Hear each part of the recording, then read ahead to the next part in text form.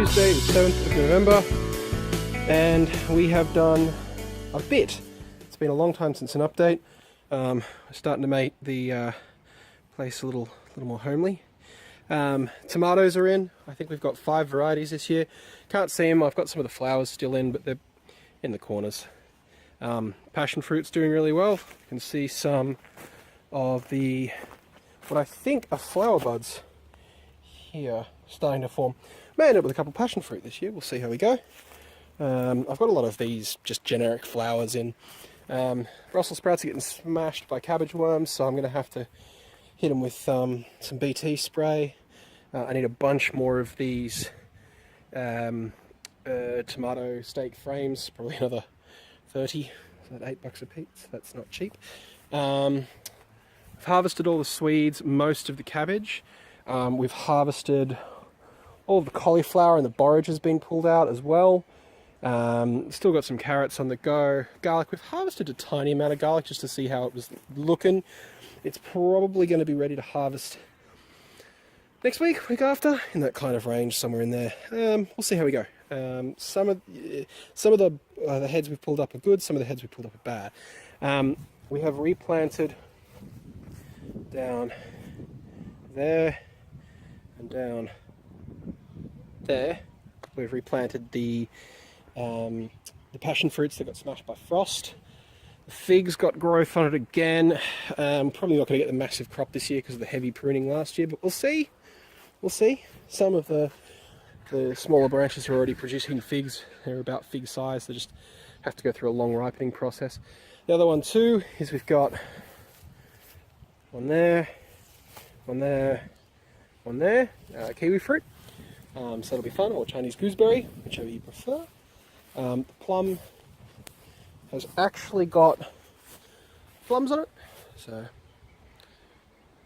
see how they go. Cockatoos ate them about November last year. No, it would have been later, December, January last year. So we'll see how we go. Artichokes are doing really well, even though they're getting smashed by grass. Where next week's goal is to actually completely mulch all this area out, all the way down to there.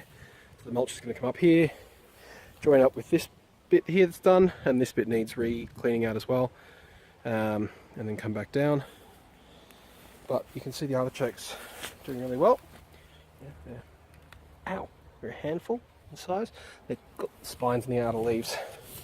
You know, most of the artichokes doing very well. Some randomly not so much. Don't know why, but we'll see. I think it's probably the wind. Peach doing well. Had some flowers, no fruit, but again, it's only been in a year. Don't expect anything.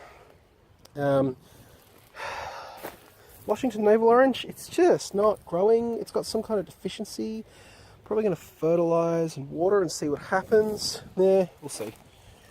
Getting them established is a bit tricky for me. Again, more artichokes. The Valencia hasn't put on a lot of growth. It did flower, and it seems to be maybe setting fruit. I don't know. I'll pull any fruit that start to set. I'll knock them off to put energy back into the plant. Again, probably the healthiest artichoke we have. No artichoke in the centre though. Mandarin, it's got a bit of flush of growth. We've got some flowers just growing here and here, just to attract pollinators. Feijoa seems to be doing quite well. It's just starting to come up. It's the last one to finish growing, and it's the first one. Sorry, it's the last one to start growing. It's the last one to finish growing. So it goes like well into autumn, whereas the others tend not to. These artichokes are doing fine as well.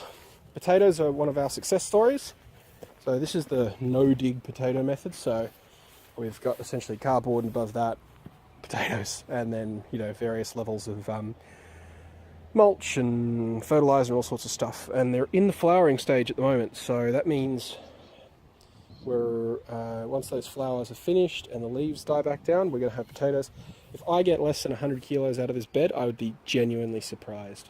You know, I've seen a lot less out of. Sorry, I've seen a lot more out of smaller beds. These are our 2 cherry trees. So Jono helped me put in the obelisks. They're about 3 meters all up. So we've got 2 types of cherries. They flower 2 weeks. One flowers 2 weeks after the other.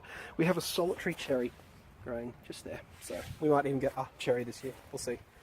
and that's the other one. The varieties are called Lapin and Stella.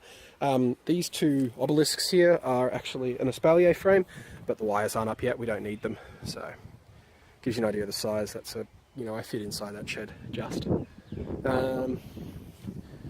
Wood pile. Nothing much to say about the herb garden or anything like that. So the big project that's almost finished is an underground infrastructure project. So we have put, you can see the ground looks like hell, and the reason for that is because we have huge ditches, and I'll put some photos up of the ditches we dug to lay ag pipe, 240 volt power, so mains power. So mains will run from there all the way to here, runs to that junction there, across, and it pops out here. That's what that orange stake is. And then all the way to the back we've got 24 volt, which is where Lauren's standing now. The last bit we've got to do is another rib from there to there. And then and the grass is growing back. It's taking its time because this clay soil is very heavy. Some of this was very hard digging because of the amount of rocks we had in the soil, but it was all hand dug as well. So Jono came down and like a fool and helped us with that. It was very silly of him. So this is where all the infrastructure starts. So the idea is we can get water to different locations. There'll be water access at the shed. Water access. There's 2 water lines going to the very back, all the way up the spine up there, and they're going to pop out and be attached on the fence there. And the drainage comes all the way down here, and then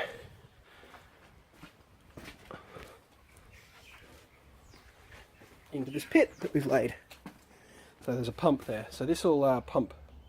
This will fill in as the water table rises and the groundwater rises, and it will take groundwater from all the way up there. And then we actually have a pipe coming out at the moment. It's not running anywhere at the moment. We don't have any rain that's going to cause any issues, but we have a way of getting it to the sewer. We've also got this, not the sewer, sorry, the stormwater. We've also got this here, which will allow us to gutter this section here and this section here, which has actually caused quite a bit of, not rot, but it's, well, there it's rot. That's quite bad. Oh dear, that's quite bad actually. Good thing this carport's on the way out. Lauren's flame weeded this area here, that's why it's gone a bit brown. And we had a bit of a kerfuffle with one of our cars, and the automatic window mechanism broke. So I have spent a lot of the 4-day weekend pulling apart the window mechanism, and that's all repaired now. So that was, we would have had that not broken, we would have had all of the last trench done up there, and we would have had the carboarding all sorted as well.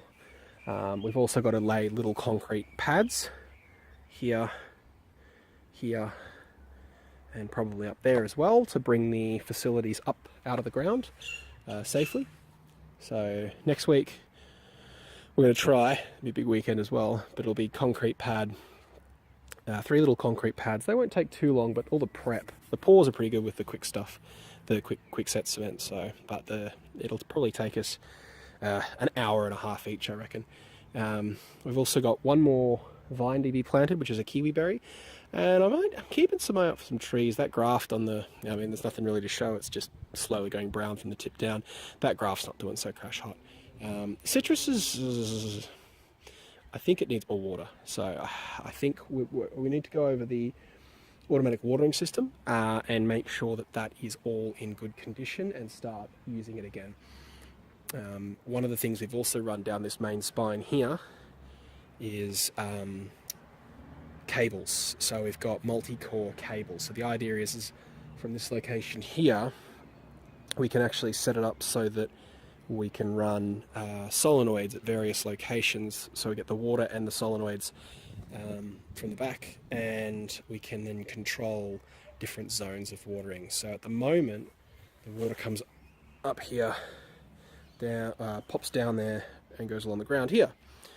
So the idea is to get rid of that and to get this water to come up and down, and then up through there, and then down the side. So a lot of the infrastructure we have is going to be okay.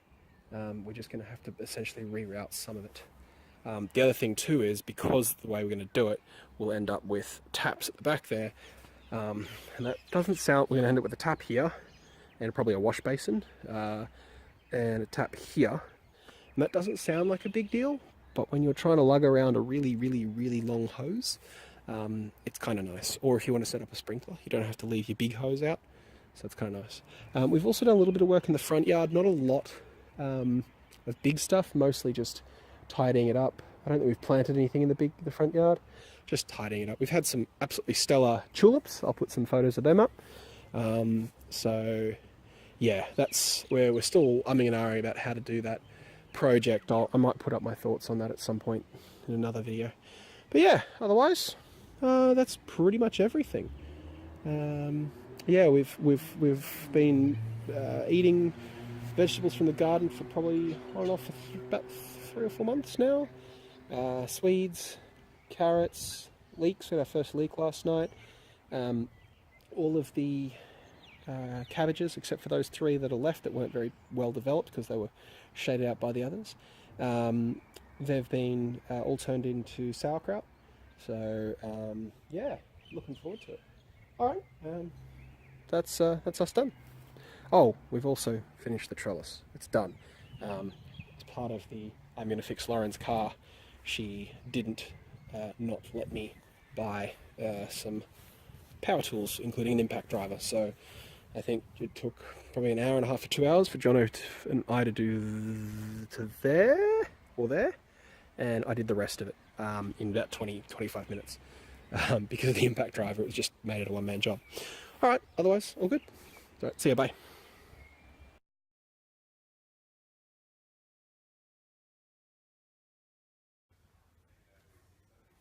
Hey, hey, Atlas, you're not helping. You're not helping. Come on, get out of there. Get out of there. Get out of there.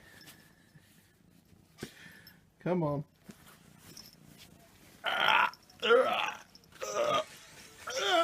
No, I love it. Don't make me leave the bag alone. Ugh.